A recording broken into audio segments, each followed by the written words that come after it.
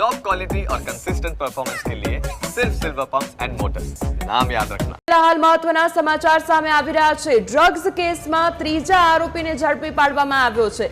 ગુજરાત એટીએસને આ મોટી સફળતા પ્રાપ્ત થઈ છે।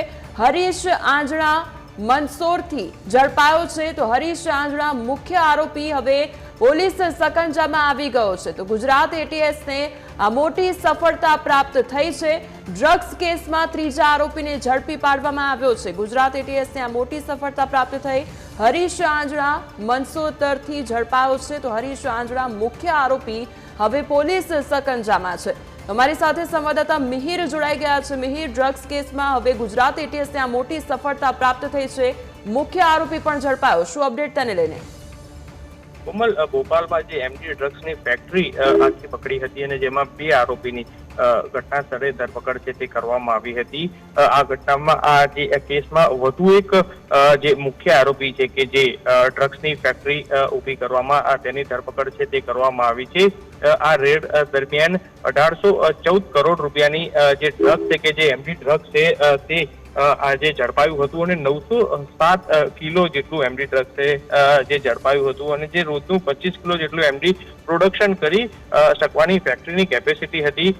એનસીબી દિલ્હી અને જે ગુજરાત એટીએસ સાથે જે છે સંયુક્ત રીતના રેડ છે તે કરી અને કામગીરી છે તે કરવામાં આવી હતી। અત્યારે હાલ જે અન્ય જે આ મુખ્ય આરોપી છે, જે આ ડ્રગ્સ કેસનો ત્રીજો આરોપી ગુજરાત એટીએસે ઝડપી પાડી રહ્યો છે, હરીશ આંજણા મંદસૌરની ધરપકડ છે કરવામાં આવી છે। આ હરીશ છે કે જે મુખ્ય કિંગપિન તરીકે તેનો રોલ હતો, કારણ કે જે આખી ફેક્ટરી ઊભી કરવાની અને તે આખું સપ્લાય કરવાનો જે મુખ્ય આરોપી હતો। એટલે હાલ તો ગુજરાત એટીએસને વધુ એક સફળતા મળી છે અને આ મુખ્ય આરોપી જે ડ્રગ્સ કેસનો કિંગપિન છે તેની ધરપકડ કરી અને અત્યારે હાલ વધુ પૂછતાછ છે તે શરૂ કરી છે। ગોપાલ જે મેરા હરીશ આંજણાને હવે ઝડપી પાડવામાં આવ્યો છે અને મુખ્ય આરોપી તે છે, ત્યારે તેને પકડી પાડવા માટે કયા પ્રકારે આખું ઓપરેશન ચલાવવામાં આવ્યું હતું, કયા પ્રકારે કાર્યવાહી કરવામાં આવી હતી?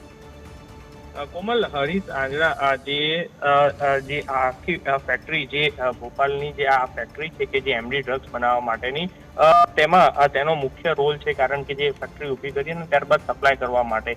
એટલે તેને આ રીતના રેડ થઈ અને ત્યારબાદ તેને જાણ થતા તે નાસી ગયો હતો અને તે ભાગતો ફરતો હતો અને તેવામાં જ ગુજરાત એટીએસને એક માહિતી મળી અને તેની ધરપકડ છે કરવામાં આવી છે। હાલ આ હરીશ જે આંજણા છે તેની શું ભૂમિકા છે, સાથે જ તેની સાથે અન્ય કોઈ સંડોવાયેલ છે કે કેમ, કારણ કે આટલી મોટી જે ડ્રગ્સની ફેક્ટરી ઊભી કરી અને ત્યારબાદ તે અન્ય ક્યાં સપ્લાય કરી ચૂક્યા છે અને આમાં કયા ડ્રગ્સ માફિયાઓ ઇન્વોલ્વમેન્ટ છે તેને લઈને તપાસ જે છે તે શરૂ કરી છે, કારણ કે ખૂબ મોટી માત્રામાં એમડી ડ્રગ્સનો જથ્થો છે તે મળી આવ્યો છે, જેથી આ ડ્રગ્સનો જથ્થો અગાઉ પણ રાજ્યમાં જતો રહ્યો હોવાની આશંકા છે તે જોવા મળી રહી છે અને તેને લઈને જ અત્યારે હાલ તપાસ જે છે તે કરવામાં આવી રહી છે, કારણ કે છેલ્લા ઘણા સમયથી આ ડ્રગ્સનો જથ્થો છે કે જે બનાવતા હોવાની પણ માહિતી છે તે મળી છે।